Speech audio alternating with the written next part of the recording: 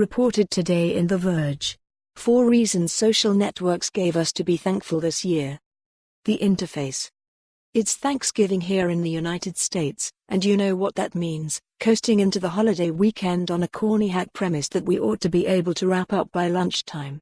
The interface will return on Monday, and so, with that in mind, let's end November on a note of gratitude. Here's something to be grateful about for each of our big social networks as we close out the year.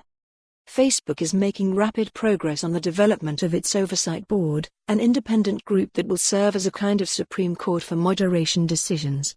I'm told that the initial board will be named within the next month or so, and will begin hearing cases next year. I'm rooting for the oversight board because it could give the social network a veneer of accountability. For the first time, people whose content is removed unfairly will be able to get a fair hearing from a disinterested third party. Of course, it might not work, but in the absence of meaningful regulation, I'm thankful that Facebook is trying. YouTube has had such a rough year that I struggled to come up with a major product or policy win. 60 Minutes is apparently doing a piece on YouTube struggles on Sunday. Fortunately, its parent company placed sensible limits on political advertising, restricting the ability of candidates to micro-target voters in advertisements. This is the effect of limiting the overall amount of political advertising, making it easier for citizens, journalists, and academics to understand in real time the arguments that politicians and their supporters are making.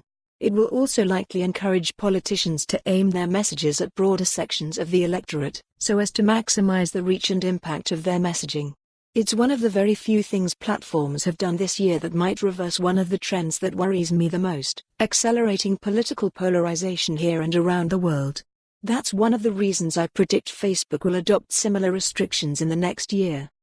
Twitter woke up from a decade-long nap and began to ship new products on a regular basis again.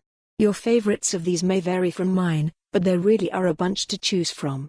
As I wrote here earlier this month, under the leadership of head of product Kayvon Beykpour, the company began removing abusive tweets faster, shipped a native app for macOS, added a search feature to direct messages, turned its lists into swipeable timelines, and began letting you hide replies to your tweets.